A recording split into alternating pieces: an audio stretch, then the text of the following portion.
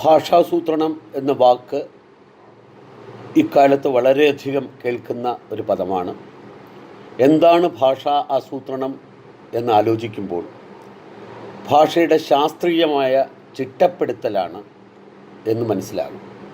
എന്താണ് ഈ ശാസ്ത്രീയമായ ചിട്ടപ്പെടുത്തൽ എന്ന് ചോദിച്ചാൽ, ഔദ്യോഗികമായ ഇടപെടലുകളാണ് ഭാഷയെ എങ്ങനെ വേണം നമ്മുടെ ദേശത്ത് അല്ലെങ്കിൽ നാട്ടിൽ നടപ്പിലാക്കേണ്ടത് എന്ന ആലോചനയ്ക്ക് ശേഷം നടപ്പാക്കാൻ ഉദ്ദേശിക്കുന്ന പദ്ധതി ആവിഷ്കരിക്കുകയും അത്തരം പദ്ധതികൾ നടപ്പിലാക്കുകയും ചെയ്യുന്ന വ്യക്തമായ ആസൂത്രണമാണ് ഭാഷാസൂത്രണം.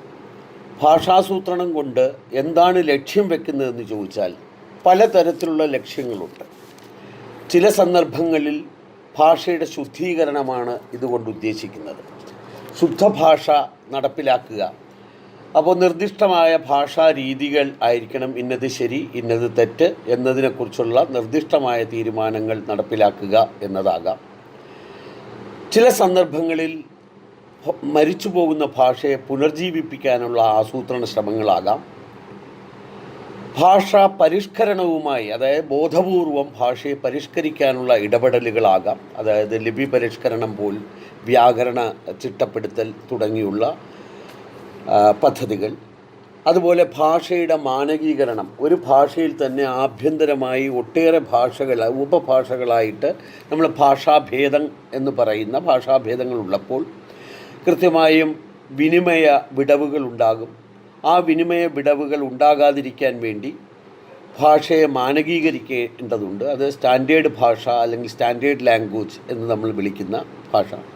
അതുപോലെ മറ്റൊരു പദ്ധതി വരുന്നത് ഭാഷയുടെ വ്യാപനമാണ്. അതായത് മലയാള ഭാഷയെ നമ്മൾ കൂടുതൽ ആൾക്കാരിലേക്ക് എത്തിക്കുക, അന്യ ദേശത്തുള്ള ആൾക്കാരെ മലയാളം പഠിപ്പിക്കുക, അതായത് രണ്ടാം ഭാഷയെ പഠിപ്പിക്കുക തുടങ്ങിയുള്ള നമ്മുടെ ഭാഷയുടെ വ്യാപനത്തെ അനുബന്ധമായിട്ടുള്ള പദ്ധതി ക്രമങ്ങളാണ്. അതുപോലെ ഒരു ഭാഷയുടെ വെക്കാബുലറി, അതായത് കോശവ്യവസ്ഥയെക്കുറിച്ചുള്ള അതിനെ ആധുനികീകരിക്കുക, അതിനെ സമ്പന്നമാക്കുക, അങ്ങനെ പുതിയ പദനിർമ്മിതികൾ നടത്തുക. ഇതൊക്കെ ഭാഷാസൂത്രണത്തിൻ്റെ ഉദ്ദേശ ലക്ഷ്യങ്ങളിൽ വരുന്നതാണ്. ചുരുക്കത്തിൽ ഭാഷയെ ശാസ്ത്രീയമായി മനസ്സിലാക്കുകയും അതെന്ത് ഉപയോഗത്തിന് വേണ്ടിയാണെന്നതനുസരിച്ച് പദ്ധതികൾ ആവിഷ്കരിച്ച് നടപ്പിലാക്കുകയും ചെയ്യുന്ന ഔദ്യോഗികവും ശാസ്ത്രീയവുമായ ഇടപെടലുകളെയാണ് ഭാഷാസൂത്രണം എന്നതുകൊണ്ട് ഉദ്ദേശിക്കുന്നതെന്ന് ചുരുക്കി പറയാം. ഇന്ത്യയെ സംബന്ധിച്ചിടത്തോളം നമ്മൾ ഭാഷാസൂത്രണത്തെക്കുറിച്ച് ആലോചിക്കുമ്പോൾ ആദ്യം മനസ്സിലാക്കേണ്ടത്, ഇന്ത്യ എന്ന ദേശരാഷ്ട്രം രൂപം കൊണ്ടുവരുന്ന കാലം മുതൽ ഇന്ത്യയുടെ ഭാഷാ വൈവിധ്യം ഒരു പ്രധാന പ്രശ്നമാണ്. കാരണം ദേശരാഷ്ട്രം എന്ന് പറയുന്ന വാക്ക് തന്നെ ഒരു ഭാഷ, ഒരു അതിർത്തി, ഒരു കൊടി എന്നിങ്ങനെയുള്ള ചിഹ്ന വ്യവസ്ഥയാണ്. അവിടെ ഭിന്ന ഭാഷകൾ ഇന്ത്യയിലുണ്ട്. എത്ര ഭാഷകളുണ്ട് ഇന്ത്യയിൽ എന്ന് ചോദിച്ചു കഴിഞ്ഞാൽ വ്യക്തമായ മറുപടിയില്ല. കാരണം ഗ്രിയേഴ്സനെ പോലുള്ള ബ്രിട്ടീഷ് ഭരണകാലത്ത് ഗ്രിയേഴ്സൺ എന്ന് പറയുന്ന ശാസ്ത്രജ്ഞനാണ് ഭാഷയെക്കുറിച്ചുള്ള സർവേ നടത്തിയത്. ലിംഗ്വിസ്റ്റിക് സർവേ ഓഫ് ഇന്ത്യ എന്നറിയപ്പെടുന്ന സർവേയാണ്. ലിംഗ്വിസ്റ്റിക് സർവേ ഓഫ് ഇന്ത്യ പ്രകാരം ഇന്ത്യയിൽ 179 ഭാഷകളുണ്ടെന്നും 544 ഭാഷാഭേദങ്ങളുണ്ടെന്നുമാണ് കണക്ക് എടുത്തിട്ടുള്ളത്. 1894 മുതൽ 1927 വരെ ഉള്ള കാലഘട്ടങ്ങളിലാണ് ഈ സർവേ നടന്നത്. 19 വോള്യൂംസിലായിട്ട്, അതായത് വാല്യങ്ങളായിട്ട് ഇത് പ്രസിദ്ധീകരിച്ചിട്ടുണ്ട്. അന്ന് ദക്ഷിണേന്ത്യ അധികം സർവേ നടന്നിട്ടില്ല. പ്രത്യേകിച്ച് ഇതൊരു ബ്രിട്ടീഷ് ഇന്ത്യ സർവേ ആയതുകൊണ്ട് തന്നെ ഇന്ന് ഇന്ത്യയിലുള്ള പ്രദേശങ്ങളും ഇന്ത്യയുടെ ഭാഗമല്ലാത്ത പ്രദേശങ്ങളിലുമൊക്കെ ഈ സർവേ അന്ന് നടന്നിരുന്നു. ഇത് സ്വാതന്ത്ര്യത്തിന് മുമ്പ് നടന്ന ഒരു ഭാഷാ സർവേയാണ്. അതിനുശേഷം 1961 ആണ് ആദ്യമായി സ്വതന്ത്ര ഇന്ത്യയിൽ ഭാഷകളെക്കുറിച്ച്, മാതൃഭാഷകളെക്കുറിച്ചുള്ള സർവേ നടത്തുന്നത്. 1961 സെൻസസിൻ്റെ ഭാഗമായിട്ട് ഇത്തരമൊരു സർവേ സംഘടിപ്പിക്കുകയും ആ സർവേ പ്രകാരം 1652 മാതൃഭാഷകൾ ഇന്ത്യയിൽ ഉപയോഗിക്കുന്നുണ്ട് അല്ലെങ്കിൽ നിലനിൽക്കുന്നുണ്ട് എന്ന് മനസ്സിലാക്കി. അതോടൊപ്പം 530 വർഗീകരിക്കാൻ കഴിയാത്ത ഭേദങ്ങളും 103 വിദേശ ഭാഷകളുമൊക്കെ ഉൾക്കൊള്ളുന്നതാണ് ഈ 1652 എന്ന കണക്ക്. 1652 ഭാഷകൾ മാതൃഭാഷകൾ ഇന്ത്യയിൽ ഉണ്ടെന്ന് കേട്ടപ്പോൾ അക്കാലത്തെ നമ്മുടെ ഒരു ദേശസങ്കല്പവും അഖണ്ഡത എന്ന് പറയുന്ന ആശയമൊക്കെ വളരെ പ്രബലമായിരിക്കുന്ന കാലമാണ്. അത് 1652 ഭാഷകളിലേക്കായിട്ട് പഠന സാമഗ്രികൾ ഉണ്ടാക്കുക, അധ്യാപകരെ പരിശീലിപ്പിക്കുക, ഈ ഭാഷകളെ വിദ്യാഭ്യാസത്തിൽ ഉപയോഗിക്കുക എന്നൊക്കെ ഉള്ളത് ഭാരിച്ച സാമ്പത്തിക ബാധ്യതയാണെന്നും, അതായത് ഭാഷാ വൈവിധ്യത്തെ സാമ്പത്തികമായി നോക്കിക്കാണുകയും ഇതൊക്കെ നമുക്ക് വേണ്ടതല്ല, വിഘടനവാദങ്ങളായി പിൽക്കാലത്ത് വരും, അതുകൊണ്ട് ഇന്ത്യയുടെ അഖണ്ഡതയ്ക്ക് തന്നെ ദോഷമാണ് എന്ന ഒരു രാഷ്ട്രീയ പ്രവചനത്തോടു കൂടി ഈ ഭാഷകളെ ഒഴിവാക്കാനാണ് തീരുമാനിച്ചു. അങ്ങനെ ആഭ്യന്തര മന്ത്രാലയമാണ് സെൻസസ് സംഘടിപ്പിക്കുന്നത്. ആഭ്യന്തര മന്ത്രാലയം ഒരു തീരുമാനത്തിൽ എത്തിച്ചേർന്നു. 10,000-ൽ താഴെ ഭാഷക ജനസംഖ്യയുള്ള ഭാഷകളെ ഇന്ത്യയിൽ ഭാഷകളായി പരിഗണിക്കേണ്ടതില്ല എന്ന ഒരു തീരുമാനം 1971 മുതൽ നാളിതുവരെ അത്തരം തീരുമാനം നടപ്പിലാക്കുകയാണ്. അതായത് ഏറിയ ആദിവാസി ഭാഷകളും ഗോത്ര ഭാഷകളും അവരുടെ ജനസംഖ്യ എന്ന് പറയുന്നത് 10,000-ൽ താഴെയാണ്. അങ്ങനെ ഇന്ത്യയിലെ ഒരു ഭൂരിപക്ഷം വരുന്ന ജനസംഖ്യയിൽ താണു നിൽക്കുന്ന ഗോത്രഭാഷകൾ ഇന്ത്യയുടെ ഭാഷാ ഭൂപടത്തിൽ നിന്നും പുറത്തുപോയി. ഈ സാഹചര്യം വികസനമായിട്ടും അഖണ്ഡത നിലനിർത്താനായിട്ടുള്ള ഭാഷാ ആസൂത്രണമായും ഒക്കെയാണ് നാം വിശേഷിപ്പിച്ചത്. യഥാർത്ഥത്തിൽ സംഭവിച്ചത് ഒട്ടേറെ ഗോത്രവാസികൾക്ക് അവരുടെ ഭാഷ അടിയറ പറഞ്ഞുകൊണ്ട് പൗരത്വം നേടേണ്ടി വന്നു എന്നതാണ് ഇന്ത്യയിലെ സാമൂഹികമായ യാഥാർത്ഥ്യം. 2009 യുനെസ്കോ ഭാഷാനാശത്തെക്കുറിച്ചുള്ള റെഡ് ബുക്ക് പ്രസിദ്ധീകരിക്കുകയും 2009 നാശോന്മുഖമായ ഭാഷകളുടെ ഭൂപടം, അതായത് ആറ്റ്ലസ് ഓഫ് എൻഡേഞ്ചേർഡ് ലാംഗ്വേജസ് എന്ന രീതിയിൽ പ്രസിദ്ധീകരിക്കുകയും ചെയ്തു. ആ പ്രസിദ്ധീകരണത്തിൽ ഏറ്റവും കൂടുതൽ ഭാഷകൾ ഇന്ത്യയിലാണ്. 196 ഭാഷകൾ ഇന്ത്യയിൽ മരിച്ചുകൊണ്ടിരിക്കുകയാണ് എന്ന ഒരു വലിയ കണക്ക് പുറത്തു വരികയും അതോടെ ഇന്ത്യയിലെ ഭരണകൂടം പെട്ടെന്ന് നശിച്ചുകൊണ്ടിരിക്കുന്ന ഭാഷകൾ ഒക്കെ ഒരു സംസ്കാരത്തെ സംബന്ധിച്ചിടത്തോളം വളരെ പ്രധാനമാണ്. കാരണം ഭാഷാ വൈവിധ്യം വലിയ ഒരു ധൈഷണിക സ്രോതസ്സാണ്. അത് നഷ്ടപ്പെടാൻ പാടില്ല. വനവാസികൾ ഉൾപ്പെടെ ഉള്ള ആൾക്കാരുടെയും തീരപ്രദേശത്തെയും ഒക്കെ ആൾക്കാരുടെ ഭാഷ നിലനിൽക്കേണ്ടതാണ്.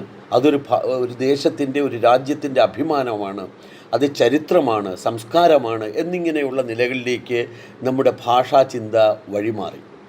അതുകൊണ്ടാണ് പുതിയ ഈ നാശോന്മുഖമാകുന്ന ഭാഷകളെക്കുറിച്ചുള്ള ചർച്ചകൾ ഇപ്പോൾ പ്രബലമായിരിക്കുന്നത്. എന്നാൽ ഇതിനു മുമ്പ് 1961 മുതൽ നമ്മൾ പരിശോധിക്കുമ്പോൾ ഇന്ത്യയിൽ നടന്ന കാര്യങ്ങൾ എന്താണ്? സ്വാതന്ത്ര്യത്തിന് ശേഷം ഒന്ന് ഭാഷാ സംസ്ഥാനങ്ങളുടെ രൂപീകരണമാണ്. ഇന്ത്യയിൽ വ്യത്യസ്ത ഭാഷകളുണ്ടെന്നും ആ വ്യത്യസ്ത ഭാഷകളിലെ പ്രബല ഭാഷകളെ കേന്ദ്രീകരിച്ചുകൊണ്ട് സംസ്ഥാനം രൂപീകരിക്കാമെന്നും അങ്ങനെ സംസ്ഥാനം രൂപീകരിക്കുന്നതോടുകൂടി ഇന്ത്യയിലെ ഭാഷാ വൈവിധ്യം സംരക്ഷിക്കപ്പെടുകയും അതോടൊപ്പം തന്നെ മറ്റു പ്രശ്നങ്ങൾ ഉണ്ടാവില്ല, വികസനം സാധ്യമാകും എന്നുമാണ് നമ്മൾ ധരിച്ചത്. അതനുസരിച്ചാണ് കേരളം എന്ന് പറയുന്ന 1951 കേരളം ഉൾപ്പെടെയുള്ള സംസ്ഥാനങ്ങൾ രൂപം കൊള്ളുന്നത്. ഈ സംസ്ഥാനങ്ങളെല്ലാം രൂപം കൊണ്ടപ്പോൾ അവയൊന്നും തന്നെ ഏകഭാഷാ സംസ്ഥാനങ്ങളായില്ല എന്നതാണ് പ്രധാന പ്രശ്നം. കാരണം എല്ലാ സംസ്ഥാനങ്ങളിലും ബഹുഭാഷാ സാന്നിധ്യം ഉണ്ടായിരുന്നു. അപ്പോൾ ഏകഭാഷയുടെ സാന്നിധ്യം എന്ന് പറയുന്നത് ഭൂരിപക്ഷ ഭാഷയുടെ അടിസ്ഥാനത്തിലാണ് കേരളം ഉൾപ്പെടെയുള്ള സംസ്ഥാനങ്ങളുടെ രൂപീകരണം നടന്നത്. ആ പ്രദേശങ്ങളിലെല്ലാം ന്യൂനപക്ഷ ഭാഷകൾ ഒട്ടേറെ ഉണ്ടായി. കേരളത്തിൽ 2 ന്യൂനപക്ഷ ഭാഷകളെ അംഗീകരിക്കുന്നുള്ളൂ എങ്കിലും, അതായത് തമിഴും അതുപോലെ കന്നഡയും 2 അതിർത്തികളിലെ ഭാഷയായിട്ട് നമ്മൾ അംഗീകരിക്കുന്നുണ്ട്. പക്ഷേ അതല്ലാതെ തന്നെ ഒട്ടേറെ ഭാഷകൾ, ലിപി ഉള്ളതും ലിപി ഇല്ലാത്തതുമായ ഒട്ടേറെ ഭാഷകൾ കേരളത്തിൽ സംസാരിക്കുന്നുണ്ട്. അപ്പോൾ ഭാഷാ ദേശീയതയുമായി ബന്ധപ്പെടുത്തി നോക്കുമ്പോൾ പ്രമുഖ ഭാഷ അല്ലെങ്കിൽ ഭൂരിപക്ഷ ഭാഷയുടെ ദേശീയതയ്ക്കാണ് ഇന്ത്യ ഊന്നൽ നൽകിയതെന്ന് വ്യക്തമാകുന്നു.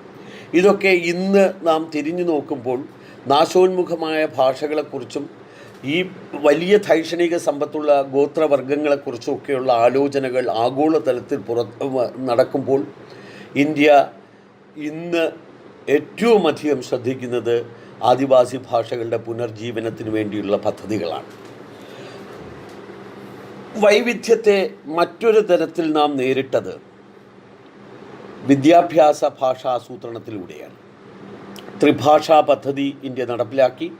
ത്രിഭാഷാ പദ്ധതിയിൽ ഒരു പ്രാദേശികമായ ഭാഷ, അതായത് ഭൂരിപക്ഷ ഭാഷ, അത് സംസ്ഥാനത്തിൻ്റെ ഭാഷയായിട്ട് നമുക്ക് പറയാം.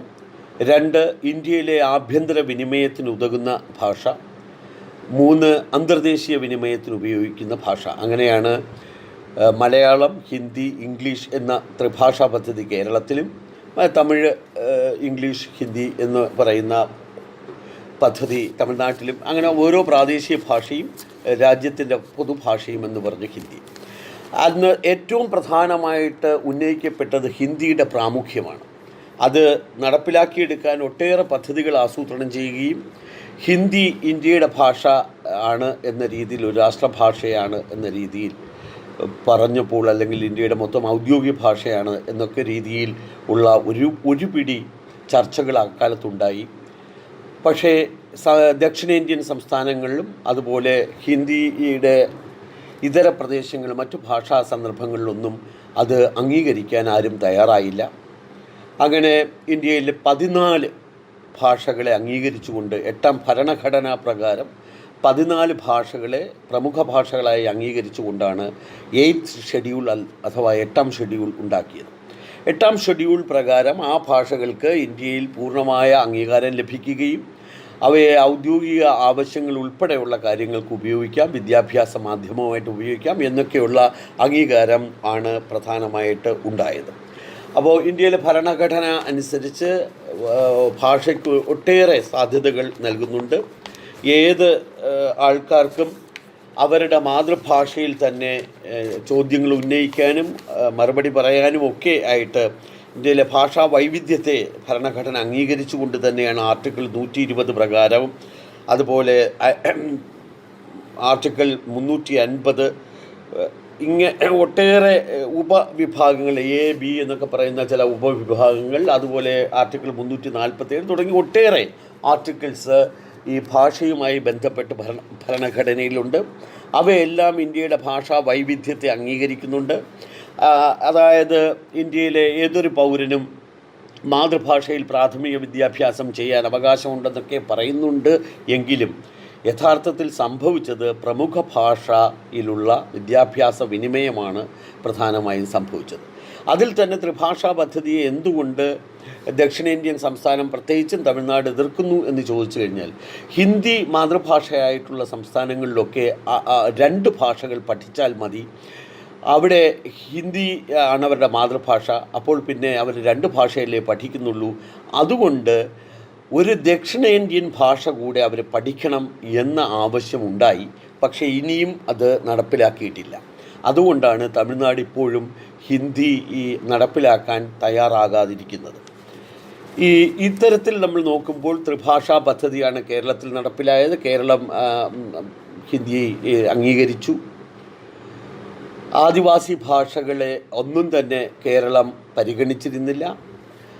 എന്നാൽ പിൽക്കാലത്ത് ആദിവാസി ഭാഷകളെ പഠിപ്പിക്കണമെന്നും അവയിൽ പ്രാഥമികമായിട്ടുള്ള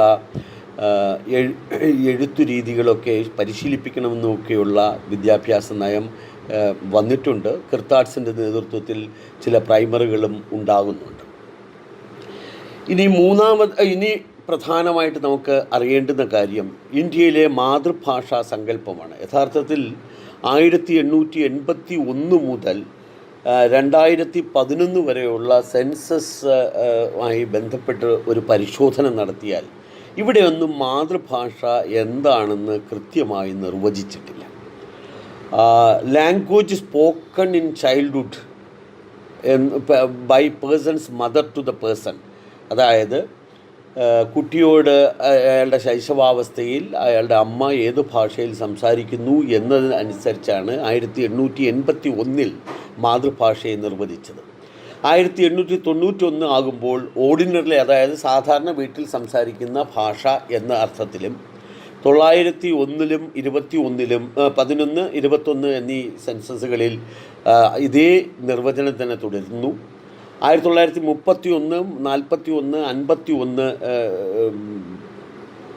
സെൻസസുകളിൽ തൊട്ടിൽ കിടക്കുന്നത് മുതൽ കുട്ടി കേൾക്കുന്ന ഭാഷയാണ് അയാളുടെ മാതൃഭാഷ എന്ന അർത്ഥത്തിലും 1961 കുട്ടിയുടെ ചൈൽഡ്ഹുഡ് ശൈശവാവസ്ഥയിൽ കേൾക്കുന്ന ഭാഷയെന്നും 1971 ആകുമ്പോൾ അയാളുടെ കൂടെ അയാളുടെ അച്ഛനും അമ്മയും സംസാരിക്കുന്ന ഭാഷയെന്നും അത് തന്നെയാണ് 91-ലെയും നിർവചനം.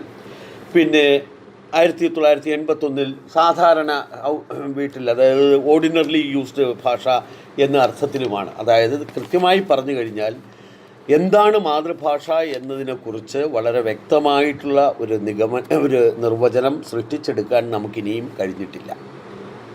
എന്തായാലും ഒന്നാം ഭാഷ എന്ന രീതിയിലാണ് ഇപ്പോൾ മാതൃഭാഷയെ ഉൾക്കൊള്ളുന്നത്. ആ മാതൃഭാഷാ പദ്ധതി പലപ്പോഴും നടപ്പിലാക്കുന്നുണ്ട്. ഇനി നമ്മൾ സാധാരണ കാണുന്ന ഏറ്റവും പ്രധാനമായിട്ട് കാണുന്ന 2-3 സാങ്കേതിക പദങ്ങളെക്കുറിച്ച് നമുക്ക് ആലോചിക്കാം. അതിലൊന്ന് സ്റ്റാറ്റസ് പ്ലാനിങ്, മറ്റൊന്ന് കോർപ്പസ് പ്ലാനിങ്, മറ്റൊന്ന് അതുപോലെ അക്വിസിഷൻ പ്ലാനിങ് എന്നിങ്ങനെ 3 പദങ്ങളാണ്. ഇതിൽ കോർപ്പസ് പ്ലാനിങ് എന്ന് പറഞ്ഞു കഴിഞ്ഞാൽ ഒരു ഭാഷയുടെ വികസനത്തിനാവശ്യമായ പുതിയ പദങ്ങൾ നിർമ്മിക്കുക, അതിൻ്റെ അക്ഷരഘടനയിൽ നമ്മൾ സ്പെല്ലിംഗ് കറക്ഷൻ എന്ന് പറയുക, അതിൻ്റെ ലിപി പരിഷ്കരിക്കുക, അതുപോലെ തന്നെ പഴയ ചില പദകോശങ്ങളെ പരിഷ്കരിക്കുക, പുതിയ വായ്മൊഴിയിൽ നിന്ന് പുതിയ പദങ്ങൾ സ്വീകരിക്കുക, അന്യഭാഷയിൽ നിന്ന് പദങ്ങൾ സ്വീകരിക്കുക, അങ്ങനെ ഭാഷയുടെ പദസമ്പത്ത് ഉയർത്തുക എന്നതാണ് ഈ കോർപ്പസ് പ്ലാനിങ്. ഇതിൽ ഭാഷാശാസ്ത്രജ്ഞരുടെയും സാങ്കേതിക വിദഗ്ധരുടെയൊക്കെ സാന്നിധ്യവും പങ്കാളിത്തവും പ്രധാനമാണ്. എന്നാൽ ഒരു ഭാഷയുടെ പദവി, അത് ഔദ്യോഗികമായ ഭാഷയാകണമോ, അതിന് ഒന്നാം ഭാഷാ പദവി നൽകണമോ, അല്ലെങ്കിൽ അത് അധ്യയന മാധ്യമമാകണോ, അത് മാധ്യമങ്ങളുടെ ഭാഷയായിട്ട് നിൽക്കണമോ, അന്തർദേശീയ വിനിമയത്തിന് ഉപയോഗിക്കണമോ എന്നിങ്ങനെയുള്ള ഭാഷാ പദവി നിർണ്ണയിക്കുന്നത് ഭാഷാശാസ്ത്രജ്ഞരോ ഭാഷ ഉപയോഗിക്കുന്ന ജനങ്ങളോ അല്ല. പകരം അത് രാഷ്ട്രീയ മണ്ഡലത്തിലുള്ള അല്ലെങ്കിൽ ഭരണകൂടമാണ്, അല്ലെങ്കിൽ ഭരണ കക്ഷിയിലുള്ള ആൾക്കാരാണ് എന്ന് വേണമെങ്കിൽ പറയാം. അപ്പോൾ ഒരു ഭാഷാ പദവി, ഇന്ന ഭാഷയുടെ സ്റ്റാറ്റസ് ഇന്നതാണ് എന്ന് പറയാൻ ആർക്കാണ് അവകാശം? ഭാഷ സംസാരിക്കുന്ന ജനതയ്ക്കല്ല എന്നാണ് നമ്മുടെ ഇതുവരെയുള്ള ആസൂത്രണത്തിൽ നമ്മൾ കാണിച്ചിരിക്കുന്നത്. ഇനി അക്വിസിഷൻ പ്ലാനിംഗ് എന്ന് പറയുമ്പോൾ നമുക്ക് വളരെ പ്രധാനമായിട്ട് മനസ്സിലാക്കുന്നത് ഒരു ഭാഷയുടെ സമാർജനവുമായി ബന്ധപ്പെട്ടുള്ള കാര്യങ്ങളെക്കുറിച്ചാണ് നമ്മൾ ഇത്തരത്തിൽ ഒരു പ്ലാനിംഗ് നടത്തുന്നത്. ആ ഭാഷയുടെ സമാർജനം എന്ന് പറയുന്നത്, ഇത് കൂപ്പർ എന്ന് പറയുന്ന ഒരാളാണ് 1989 ഈ സമാർജന ആസൂത്രണം എന്ന സങ്കല്പം അവതരിപ്പിച്ചത്. ഭാഷാസൂത്രണത്തെക്കുറിച്ച് ശക്തമായ വിമർശനങ്ങൾ 1990-കളിൽ ഉണ്ടായി. കാരണം ദേശരാഷ്ട്ര നിർമ്മിതിയുമായി ബന്ധപ്പെട്ട് ഉണ്ടായ ഏകഭാഷാ നയത്തിനെതിരെ വിപുലമായിട്ടുള്ള ചർച്ചകളുണ്ടാകുകയും ഭാഷാ ന്യൂനപക്ഷങ്ങളെക്കുറിച്ചുള്ള വലിയ ചർച്ചകളുണ്ടാകുകയും. അപ്പം നമ്മൾ എവിടെ ഭാഷാസൂത്രണവുമായി പല സന്ദർഭങ്ങളുണ്ട്. വീട്ടിൽ സംസാരിക്കുന്ന ഭാഷ, വിദ്യാഭ്യാസത്തിന് ഉപയോഗിക്കുന്ന ഭാഷ, കോടതിയിൽ ഉപയോഗിക്കുന്ന നിയമഭാഷ, മാധ്യമങ്ങളിൽ ഉപയോഗിക്കുന്ന മാധ്യമ ഭാഷ, വാണിജ്യവും കമ്പോളവുമായിട്ട് ബന്ധപ്പെട്ട് ഉപയോഗിക്കുന്ന ഭാഷ, മതത്തിനും ശാസ്ത്ര സാങ്കേതികത വിനിമയത്തിനുമൊക്കെ ഉപയോഗിക്കുന്ന ഭാഷ, അങ്ങനെ വിവിധ തരത്തിലുള്ള ഭാഷാ ഉപയോഗങ്ങൾ, ഇതൊക്കെ ഡൊമൈൻസ് ഓഫ് യൂസ് എന്ന് നമ്മൾ പറയുന്നതാണ്. അപ്പോൾ ഒന്നാം ഭാഷയായിട്ട് ഉപയോഗിക്കുന്നത് നമ്മുടെ പ്രധാനപ്പെട്ട മാതൃഭാഷ എന്ന് വിളിക്കുന്നതും, രണ്ടാം ഭാഷയായിട്ട് നമുക്ക് ഏത് ഭാഷയുമാകാം, അതായത് ഒരു അന്യഭാഷയെ സമാർജിക്കുന്നത് എന്നതാണ് അതിൽ പ്രധാനം. അപ്പോൾ എന്തുകൊണ്ടാണ് ഒന്നാം ഭാഷ ഒരു ഭരണഭാഷയാകണം എന്ന് നമ്മൾ ആഗ്രഹിക്കുന്നതെന്ന് ചോദിച്ചാൽ, ജനാധിപത്യം ഉറപ്പുവരുത്തണമെങ്കിൽ ജനങ്ങളുടെ ഭാഷയിൽ അവർക്ക് അപേക്ഷകൾ കൊടുക്കാനും മറുപടികൾ സ്വീകരിക്കാനും അവർക്ക് രാഷ്ട്ര വ്യവഹാരത്തിൽ പങ്കെടുക്കാനും ആ വിനിമയത്തിൽ പങ്കെടുക്കാനും ഒക്കെ കഴിയുമ്പോൾ മാത്രമേ യഥാർത്ഥ ജനാധിപത്യം നിലനിൽക്കൂ. അതുകൊണ്ട് പ്രധാനമായിട്ടും ഒരു ഭരണകൂടം തന്നെ നേരിട്ട് ജനങ്ങളുടെ ഭാഷയിൽ ഭരണവിനിമയം നടത്തുക എന്നതാണ് പ്രധാനം. അതുകൊണ്ടാണ് നമ്മൾ ഭരണഭാഷയായിട്ട് എപ്പോഴും ഒന്നാം ഭാഷയായിട്ടും ഭരണഭാഷയായിട്ടും മാതൃഭാഷ വേണം എന്ന വാദം വെക്കുന്നത്. മലയാളത്തിൻ്റെ സാധ്യതകളെക്കുറിച്ച് നമ്മൾ പരിശോധിച്ച് കഴിഞ്ഞാൽ, രണ്ടാം EMS മന്ത്രിസഭാ കാലം മുതലാണ് നമുക്ക് ഈ ഭാഷാ ആസൂത്രണം എന്ന ഒരു സന്ദർഭം ആയിട്ട് നമുക്ക് പറയാവുന്നത്. എന്തുകൊണ്ടാണ് ഭാഷാസൂത്രണം 60കളോടുകൂടി ആരംഭിക്കുന്നത് എന്ന് ചോദിച്ചു കഴിഞ്ഞാൽ, അതിൽ വളരെ പ്രധാനപ്പെട്ട കാരണം എന്താണെന്ന് ചോദിച്ചു കഴിഞ്ഞാൽ, ഈ സങ്കല്പം തന്നെ വന്നത് 59ലാണ്. എന്നാൽ അതിനു മുമ്പ് ഭാഷാ ആസൂത്രണം നടന്നിട്ടില്ലേ എന്ന് ചോദിച്ചു കഴിഞ്ഞാൽ, ഭാഷ എന്നൊക്കെ ഔദ്യോഗികമായി ഉപയോഗിച്ച് തുടങ്ങിയോ, അത് സാഹിത്യത്തിലാകാം, അതായത് അത് പ്രത്യേകിച്ച് സവിശേഷമായ പ്രയോഗമണ്ഡലങ്ങൾ വികസിച്ച കാലം മുതൽ തന്നെ കൃത്യമായ ഭാഷാസൂത്രണം നടക്കുന്നുണ്ട്. അത് നമ്മുടെ ലിപി കണ്ടുപിടിച്ചത് ഒരു ഭാഷാസൂത്രണ പ്രക്രിയയാണ്. ലിപിയുടെ പ്രയോഗം, പ്രാദേശിക വ്യത്യാസം, അവയെ ഏകീകരണം, ഇതൊക്കെ നടത്തിയത് എല്ലാം ഭാഷയുടെ ഒരു ആസൂത്രണ പ്രക്രിയയുണ്ട്. ഹസ്തലിഖിതങ്ങളുടെ ഒരു കാലം, അച്ചടിയുടെ ഒരു കാലം, ഇവിടെ എല്ലാം തന്നെ സാങ്കേതികതയുമായി ഭാഷയെ പൊരുത്തപ്പെടുത്താനായി ഒട്ടേറെ കാര്യങ്ങൾ ചെയ്തു. അങ്ങനെ ആ ചെയ്യുന്നതിൻ്റെ ഭാഗമായിട്ട് പേപ്പറിൻ്റെ ഉപയോഗം, അച്ചടി ഉപയോഗിക്കുന്നു, അത് വ്യത്യസ്ത ആൾക്കാർ ഭിന്ന തരത്തിലുള്ള വാക്കുകൾ ഭിന്ന പ്രദേശങ്ങളിൽ ഉപയോഗിക്കുന്നു. അപ്പോൾ വളരെ കൃത്യമായിട്ട് ചില വാക്കുകളെ സവിശേഷമായി എടുത്തു പറയുക എന്നൊക്കെയുള്ള ഒരുപാട് തരത്തിലുള്ള ആസൂത്രണ പ്രക്രിയ ഈ നമ്മുടെ ഭരണകൂട ഇടപെടൽ ഇല്ലാതെ തന്നെ നടന്നിട്ടുണ്ട്. പിന്നെ ഭരണകൂടത്തിൻ്റെ ഭാഗമായിട്ട് ഇപ്പോൾ മിഷണറിമാരുടെ ഭാഷാ പ്രവർത്തനങ്ങളെ നമ്മൾ പരിശോധിച്ച് കഴിഞ്ഞാൽ, മിഷണറിമാർ മലയാള ഭാഷയെ ആസൂത്രണം ചെയ്യുന്നതിൽ വളരെയധികം, പ്രത്യേകിച്ചും ഭാഷാ സ്രോതസ്സുകൾ, ഭാഷയെ സമ്പന്നമാക്കുന്ന വ്യാകരണം, അതുപോലെ നിഘണ്ടു നിർമ്മാണം, അതുപോലെ പത്രമാധ്യമങ്ങളുടെ ഇതെല്ലാം ഗുണ്ടത്തുമായും ബെയിലിയുമായിട്ടൊക്കെ ബന്ധപ്പെട്ടുള്ള കാര്യങ്ങൾ നിങ്ങൾക്കറിയാവുന്നതാണ്. അപ്പോൾ മിഷണറിമാരുടെ സംഭാവനകൾ ഏറെയുണ്ട്. അതുപോലെ തന്നെ അച്ചടിയുമായി ബന്ധപ്പെട്ട്, അച്ചടി ഇവിടെ വ്യാപിക്കുന്നതിൻ്റെ ചരിത്രവുമായി ബന്ധപ്പെട്ട് ഭാഷാസൂത്രണം വളരെ കൃത്യമായി നടന്നിട്ടുണ്ട്. ഇത് കഴിഞ്ഞ് രണ്ടാമത് വരുന്ന ഒരു ഭാഷാസൂത്രണ സാങ്കേതികത എന്ന് പറയുന്നത് ടൈപ്പ് റൈറ്റർ വരുമ്പോഴാണ് നമ്മുടെ അക്ഷരങ്ങളെ മുറിച്ച് എഴുതുന്ന ഒരു ശീലം നമുക്ക് വന്നത്.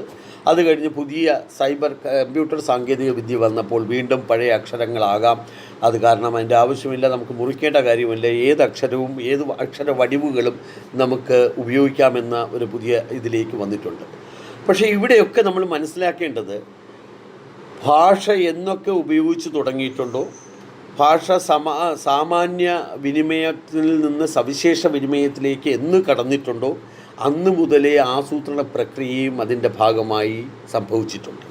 ഇത് അനൗദ്യോഗികവും അനൗപചാരികവുമായ ആസൂത്രണ പ്രക്രിയകളാണെന്ന് നമ്മൾ മനസ്സിലാക്കുക.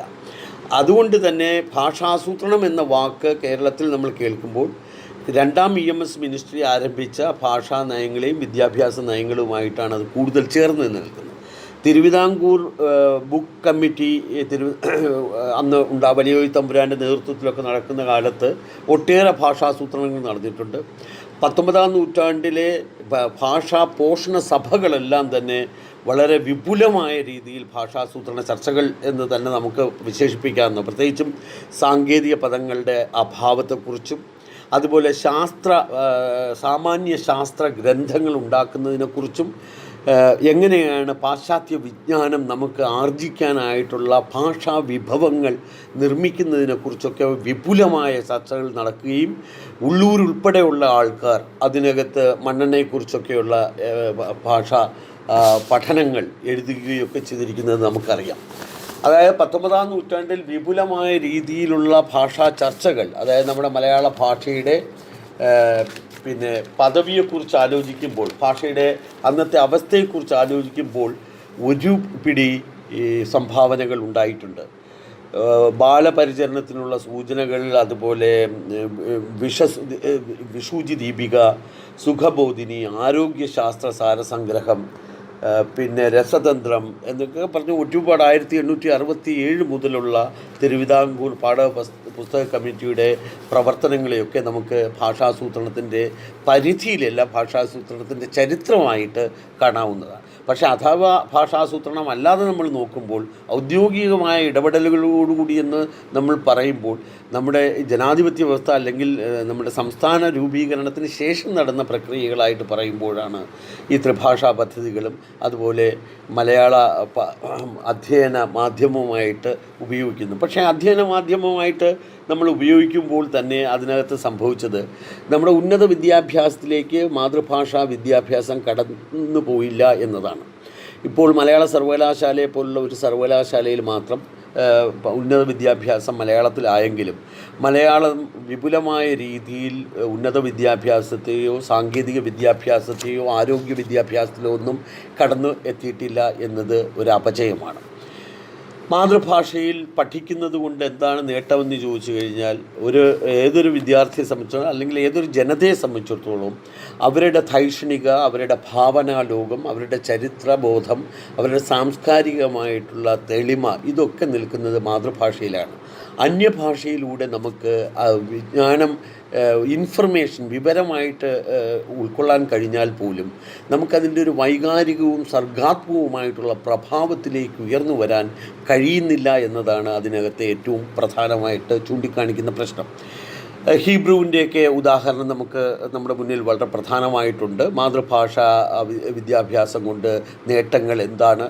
ഇപ്പോൾ വൈദേശികമായിട്ട് നമ്മളെപ്പോഴും പറയുന്നത് ഇംഗ്ലീഷ് എന്ന് പറയുന്ന ഭാഷയാണ് ഇതിൻ്റെയൊക്കെ ഒരു ഏറ്റവും വലിയ ഒരു ഇൻസ്റ്റിറ്റ്യൂഷൻ, ഒരു സ്ഥാപനമായിട്ട് നിൽക്കുന്നത്. അങ്ങനെയല്ല, അത് ശരിയല്ല.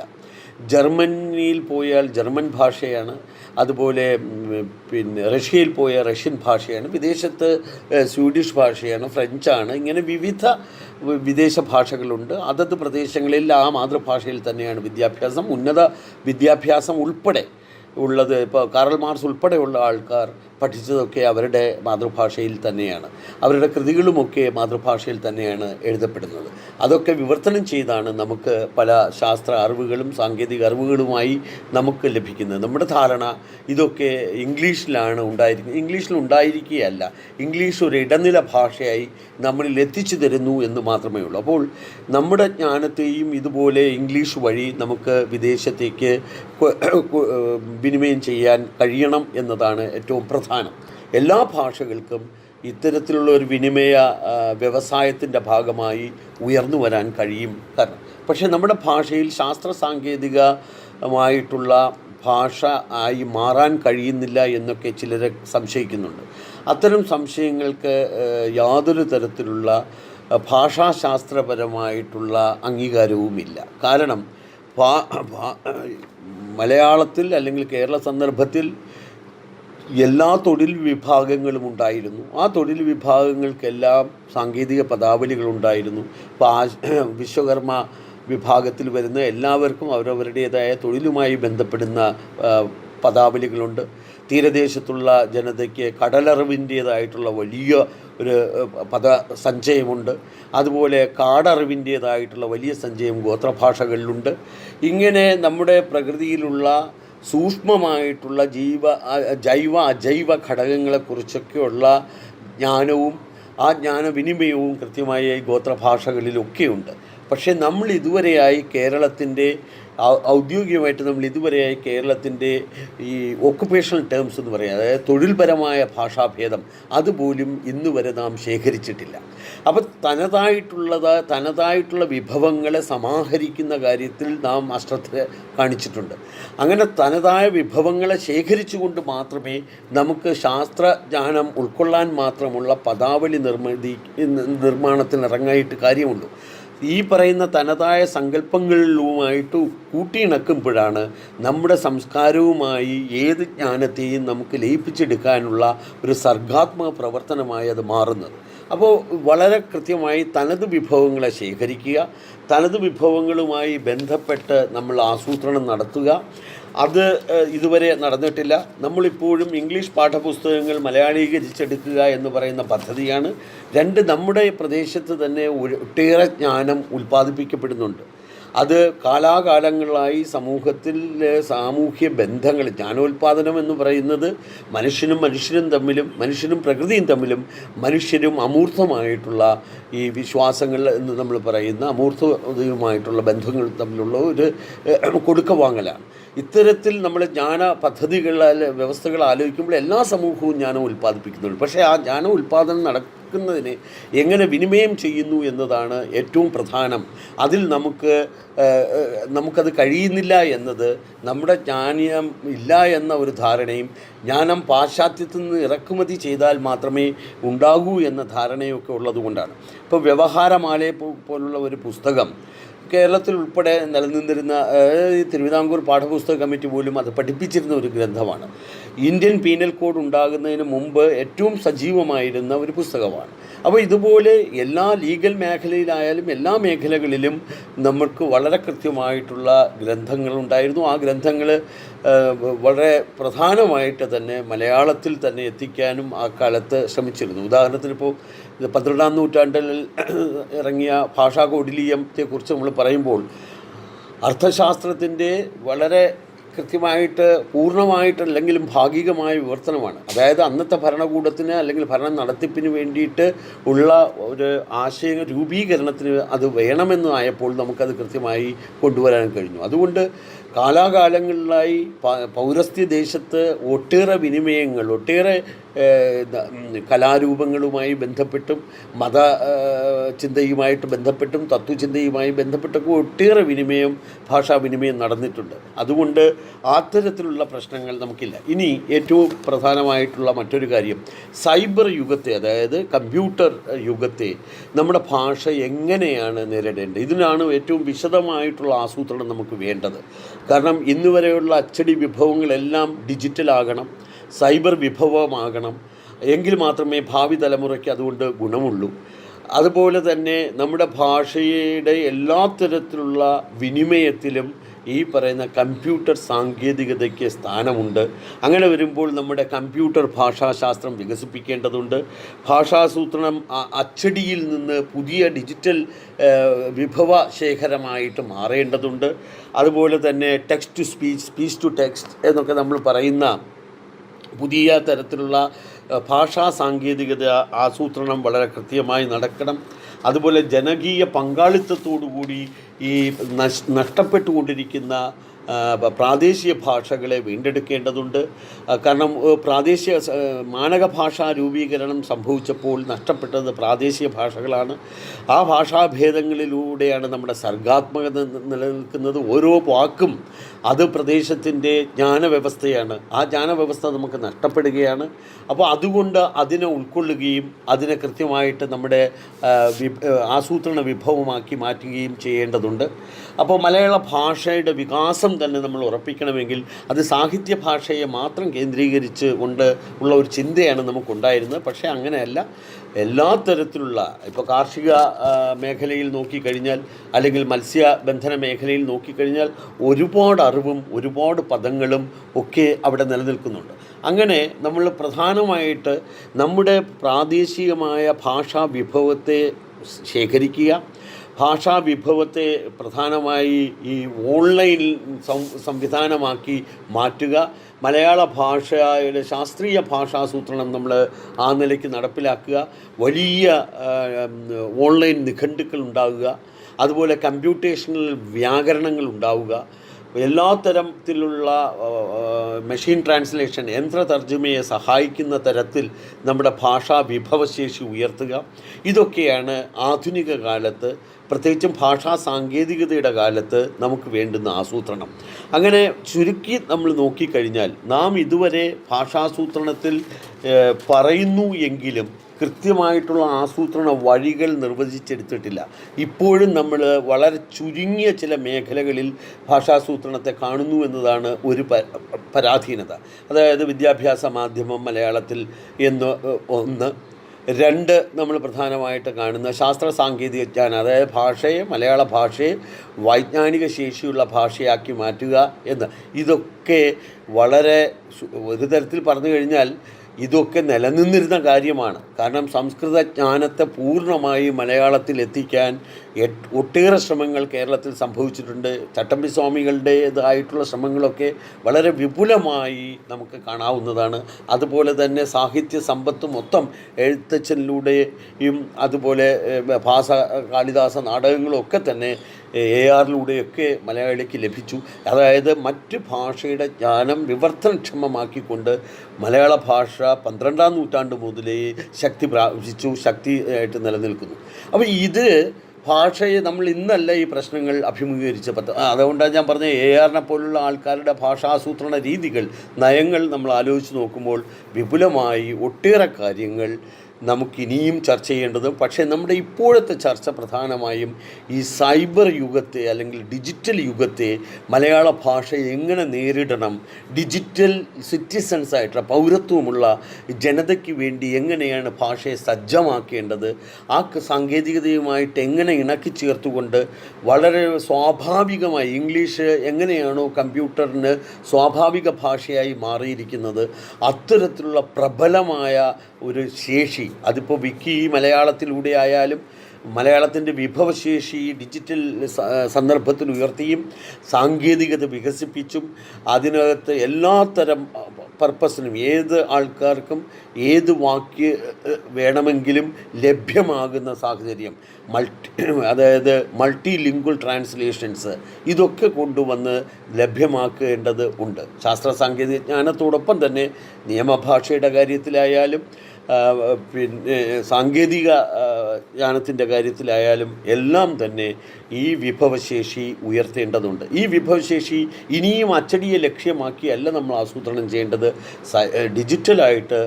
അപ്പോൾ പലപ്പോഴും ഇൻ്റർലിങ്കിങ് ഡിക്ഷണറീസ്, ഇൻ്റർലിങ്കിങ് ഗ്രാമേഴ്സ് എന്നൊക്കെ പറയുന്ന ട്രാൻസ്ലേഷനെ കൂടുതൽ സഹായിക്കുന്ന തരത്തിൽ, മെഷീൻ ട്രാൻസ്ലേഷന് കൂടുതൽ സഹായകമാകുന്ന തരത്തിൽ ഉള്ള ഒരു ആസൂത്രണ പദ്ധതിയാണ് നമ്മുടെ ഭാഷയ്ക്ക് ഇനി ആവശ്യം. അപ്പോൾ വിദ്യാഭ്യാസ മാധ്യമവും വൈജ്ഞാനിക മാധ്യമവും എന്നൊക്കെ പറയുന്ന പോലെ തന്നെ വിവർത്തന സാക്ഷരതയുള്ള ഭാഷയാണ് മലയാളം. ആ വിവർത്തന സാക്ഷരതയെ കൂടുതൽ ശാക്തീകരിക്കാനായിട്ട്, ഈ യന്ത്രതർജ്ജിമയെ കൂടുതൽ യാഥാർത്ഥ്യമാക്കാനായിട്ട് മലയാളത്തിൽ നിന്നുകൊണ്ട് തന്നെ ലോകത്തെ അറിയാനും ലോകത്തെ അറിയിക്കാനും ഉള്ള ഒരു സാധ്യതയാണ്, ഒരു പ്ലാറ്റ്ഫോമാണ് മെഷീൻ ട്രാൻസ്ലേഷൻ അഥവാ യന്ത്രവിവർത്തനം നമുക്ക് നൽകുന്നത്. അപ്പോൾ ആ യന്ത്രവിവർത്തനത്തിൻ്റെ സാധ്യതകൾ മൊത്തം പ്രയോജനപ്പെടുത്തുന്ന തരത്തിൽ നമ്മൾ മലയാളത്തെ വിഭവശേഷി, അതായത് ഭാഷാ സാങ്കേതിക വിഭവശേഷി ഉയർത്തുക. അതുപോലെ തന്നെ ആസൂത്രണത്തിന് വേണ്ടിയിട്ടുള്ള രൂപരേഖ, നമ്മൾ എന്താണ് അടുത്ത 20 വർഷം കൊണ്ട് ഉദ്ദേശിക്കുന്നത്, അടുത്ത 10 വർഷം കൊണ്ട് ഉദ്ദേശിക്കുന്നത്. അപ്പോൾ ഇതൊരു ജനകീയ ഭാഷാസൂത്രണം എന്ന രീതിയിൽ ഭാഷാസൂത്രണത്തെ നോക്കിക്കാണേണ്ടത്. ഇത് വെറും സർക്കാരിൻ്റെ നേരിട്ടുള്ള ഇടപെടലുകൾ മാത്രമല്ല, ഒരു ജനകീയ ഭാഷാസൂത്രണം എന്ന രീതിയിൽ വരണം. ഉദാഹരണത്തിന് ഇപ്പോൾ ITH സ്കൂൾ നടത്തുന്ന പ്രവർത്തനങ്ങൾ നമ്മൾ എടുത്തു കഴിഞ്ഞാൽ അതൊരു ജനകീയ ഭാഷാസൂത്രണത്തിൻ്റെ സ്വഭാവത്തിലാണ്. കാരണം കുട്ടികൾ ഔട്ട് ഓഫ് പ്രിൻ്റ് ആയിട്ടുള്ള, പ്രിൻ്റിൽ ലഭ്യമല്ലാത്ത ഒട്ടേറെ ഗ്രന്ഥങ്ങൾ അവർ ഡിജിറ്റലൈസ് ചെയ്ത് നമുക്ക് ലഭ്യമാക്കിയിട്ടുണ്ട്. അത് നമ്മുടെ ഡിജിറ്റൽ വിഭവശേഖരം വർദ്ധിച്ചു എന്ന് മാത്രമല്ല, നമുക്ക് ലഭ്യമല്ലാതിരുന്ന ഗ്രന്ഥങ്ങളുമായിട്ട് നമുക്കൊരിക്കൽ കൂടെ പരിചയപ്പെടാനുള്ള അവസരം ഉണ്ടാകുന്നുവെന്ന്. അങ്ങനെ നമ്മുടെ ചരിത്രത്തെ പുനർനിർമ്മിക്കുന്ന പ്രക്രിയയിലും അതുപോലെ ചരിത്രത്തിൻ്റെ സമ്പത്ത് നിലനിർത്തുന്ന പ്രക്രിയയിലും മലയാള ഭാഷയുടെ ഡിജിറ്റൽ സാന്നിധ്യം ഉയർത്തേണ്ടതും ഡിജിറ്റൽ മൂലധനം ഉയർത്തേണ്ടതും ആവശ്യമായതുകൊണ്ട് അത്തരത്തിൽ ഉള്ള ഭാഷാസൂത്രണം, ഇത് നിങ്ങൾ വിദ്യാർത്ഥികളായ നിങ്ങൾക്കും ഇതിൽ പങ്കാളികളാകാം. നിങ്ങൾക്ക് ഇതുപോലെ ജനകീയമായിട്ട് തന്നെ നിങ്ങളുടെ പ്രദേശത്തെ ഭാഷ ശേഖരിക്കാം. അത് വളരെ കൃത്യമായിട്ട് ഡിജിറ്റലൈസ് ചെയ്യാവുന്നതാണ്. അങ്ങനെ വരുമ്പോൾ അധ്യാപകരും വിദ്യാർത്ഥികളും അതത് പ്രദേശത്തെ നശിച്ചു പോകുന്ന ഭാഷകളെ ഡേറ്റ നടത്തുകയും അതിനെ ഗവേഷണാത്മകമായ രീതിയിൽ പരിശോധിച്ച് സംസ്കരിച്ച് ഈ ഡിജിറ്റൽ വിഭവങ്ങളാക്കി മാറ്റുകയും ചെയ്യുക എന്നത് നിങ്ങളുടെ ലക്ഷ്യമായിരിക്കണം. സാഹിത്യം മാത്രമല്ല ഭാഷ. സാഹിത്യം ഭാഷയുടെ ഒരു ഉപയോഗ മാതൃക മാത്രമാണ്. അതുപോലെ മനുഷ്യൻ്റെ മറ്റ് എല്ലാ ദൈനംദിന ജീവിതവുമായി ബന്ധപ്പെട്ട ഭാഷാ വിഭവങ്ങൾ ലഭ്യമാക്കിയാൽ മാത്രമേ നമ്മുടെ വിവർത്തന സാക്ഷരത ഉയരുകയുള്ളൂ, നമ്മുടെ ഭാഷയുടെ വിഭവശേഷി ഉയരുകയുള്ളൂ, നമ്മുടെ ഡിജിറ്റൽ സാന്നിധ്യം ഉയരുകയുള്ളൂ. ആ രീതിയിലുള്ള ഒരു എന്താ പറയുന്ന എല്ലാവരുടെയും പങ്കാളിത്ത വികസന മാതൃകയായി ഭാഷാസൂത്രണം മാറണം എന്നതാണ് ഏറ്റവും പ്രധാനമായിട്ട് നമുക്ക് മനസ്സിലാക്കാൻ. ഇതുമായി ബന്ധപ്പെട്ട് ഇനി ചോദ്യങ്ങളാകാം, തുടർന്നുള്ള ചർച്ച ആകാം.